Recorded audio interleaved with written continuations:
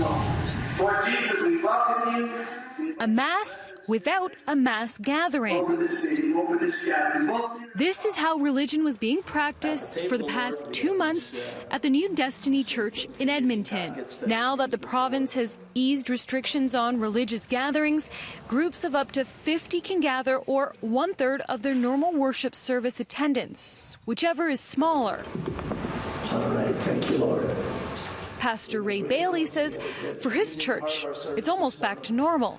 But for bigger congregations, an arbitrary number like 50 says that currently nothing has changed for them. Bailey says the new restrictions don't favor religious gatherings. So if you had an 80-seat restaurant, you could open for 40 people. If you had a 180-seat restaurant, you could open for 90 people. More than 100 church leaders in the city have signed a petition calling for changes to the restrictions on mass gatherings.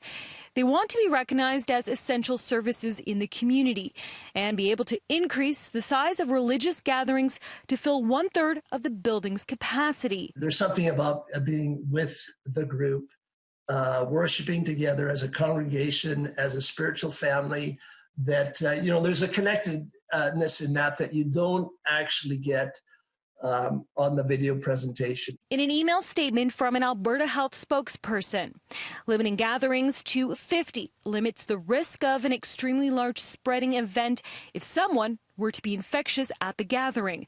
No other province has allowed places of worship to have more than a maximum gathering limit, which is currently 15 people indoors. We will explore opportunities to safely expand the current restrictions as we move closer to stage 2.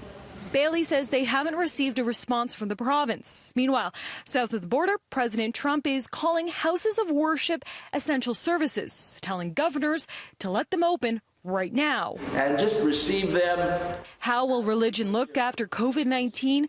Bailey says one thing they've learned from the pandemic will continue. The live streaming is going to be just a permanent part of the way church does some of their ministry.